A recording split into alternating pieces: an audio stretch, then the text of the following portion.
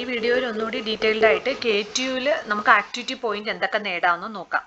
നിങ്ങളൊരു lateral entry second year student ആണെങ്കിൽ നിങ്ങൾക്ക് ഈ 3 ഗ്രൂപ്പുകൾ തന്നിട്ടുണ്ട്. കാണുന്നുണ്ടാവും 40 പോയിന്റ്സ് 40 പോയിന്റ്സ് 40 പോയിന്റ്സ് എന്ന് പറഞ്ഞാൽ.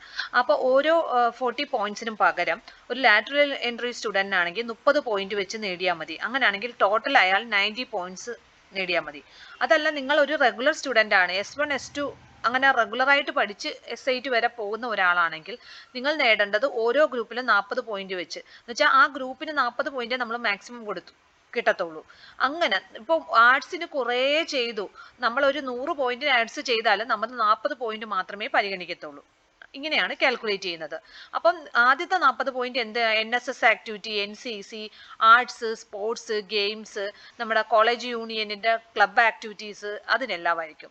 ഇനി സെക്കൻഡ് ഗ്രൂപ്പ് ഓഫ് 40 പോയിന്റ് നമുക്ക് കിട്ടുന്നത് എന്തിനാ? നമുക്കൊരു ഇംഗ്ലീഷ് പ്രൊഫഷൻസി സർട്ടിഫിക്കറ്റ് ഉണ്ടെങ്കിൽ IELTSO TOEFLോ അല്ലെ aptitude proficiency certification like GRE, CAT, അല്ലെങ്കിൽ നമുക്കൊരു valid gate score, third year ഒക്കെ ആകുമ്പോൾ ഗേറ്റ് എഴുതാൻ തുടങ്ങാമല്ലോ. അപ്പം നമുക്ക് വാലിഡ് ഗേറ്റ് സ്കോർ ഉണ്ടെങ്കിൽ, പിന്നെ നമുക്ക് ഒരു short term internship, minimum 2 weeks എങ്കിലും ഉള്ള ഷോർട്ട് ടേം ഇന്റേൺഷിപ്പ്, അല്ലെങ്കിൽ നമ്മൾ ഒരു വർക്ക് ചെയ്തിട്ട് അത് കോൺഫറൻസിൽ പ്രസന്റ് ചെയ്യുക, അല്ലെ workshop activities, professional body IEEE പോലുള്ള പ്രൊഫഷണൽ ബോഡീസിലുള്ള ആക്ടിവിറ്റീസ്, പിന്നെ നമ്മൾ യൂണിവേഴ്സിറ്റി ലെവൽ അല്ലെങ്കിൽ സ്റ്റേറ്റ് ലെവലിൽ ഹാക്കത്തോണുകളിൽ പങ്കെടുക്കുക, നാഷണൽ ലെവൽ ഹാക്കത്തോണുകളുടെ പാർട്ടിസിപ്പേഷൻ. അപ്പൊ ഇതിനെല്ലാം കൂടി ചേർത്തിട്ട് നിങ്ങൾക്ക് ഒരു 40 പോയിന്റ് നേടാം.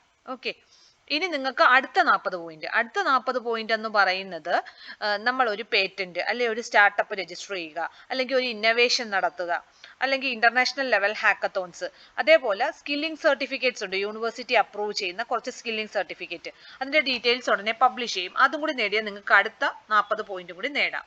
അങ്ങനെ ടോട്ടൽ 3 ക്രെഡിറ്റ്, ഓരോ 40 പോയിന്റിനും ഓരോ ക്രെഡിറ്റ് ആണ്. അങ്ങനെ 3 ക്രെഡിറ്റ് നേടിയാൽ മാത്രമേ നമുക്ക് BTech സർട്ടിഫിക്കറ്റ് കിട്ടത്തുള്ളൂ.